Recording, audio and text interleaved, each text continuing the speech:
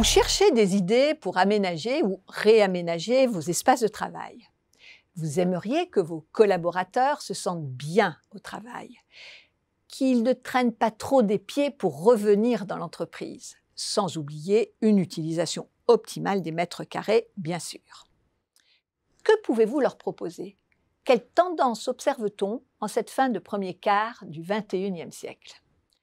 Le livre très documenté sur le sujet, Le travail et ses espaces, le pari du bien-être et de la performance, sous la direction de Jean-Pierre Boucher, chez Deboc Éditions, nous livre des clés très intéressantes.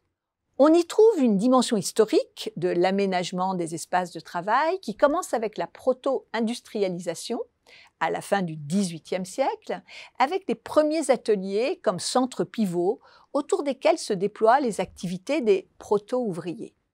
Puis le développement du système usinier et enfin l'émergence des espaces tertiaires avec les bureaux au début du XXe siècle. De nombreuses innovations vont marquer le XXe siècle, dominées pour la plupart par l'objectif de rationalisation du travail et de ses espaces avec la règle des 3 unités. Unité de lieu, sur site, unité de temps, les horaires imposés, et unité d'action, un seul employeur.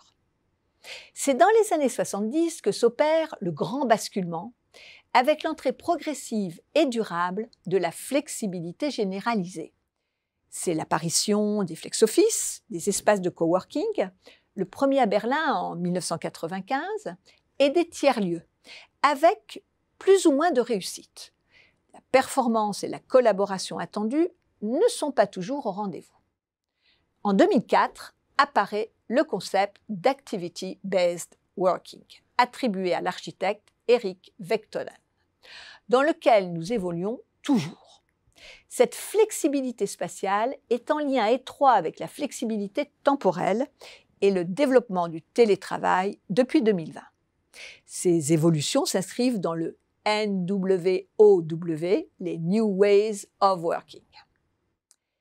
L'ABW repose sur le choix des personnes de l'environnement qui leur convient le mieux en fonction de leur activité et donc de leur travail réel, avec des espaces collaboratifs, des zones tranquilles, des espaces de bien-être, des lieux communs pour des réunions générales ou des fêtes d'entreprise.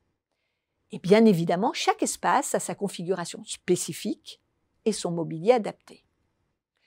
Pour répondre pleinement aux exigences de bien-être des salariés et d'optimisation des lieux, pour une performance maximisée, 3 critères doivent être respectés. La territorialisation des espaces, qui inclut la vision habitée qu'en ont les personnes, associée à des émotions et des événements vécus et partagés. La personnalisation de cet environnement de travail pour avoir un confort identitaire à soi. Et enfin, la pleine appropriation. Cette tendance de locaux ABW semble maintenant bien ancrée. Elle connaît depuis quelque temps un nouveau développement avec des espaces de travail ayant une configuration proche d'un domicile, salle à manger, salon, salle de travail, avec des lieux de consommation et des lieux de divertissement, voire même de rencontres.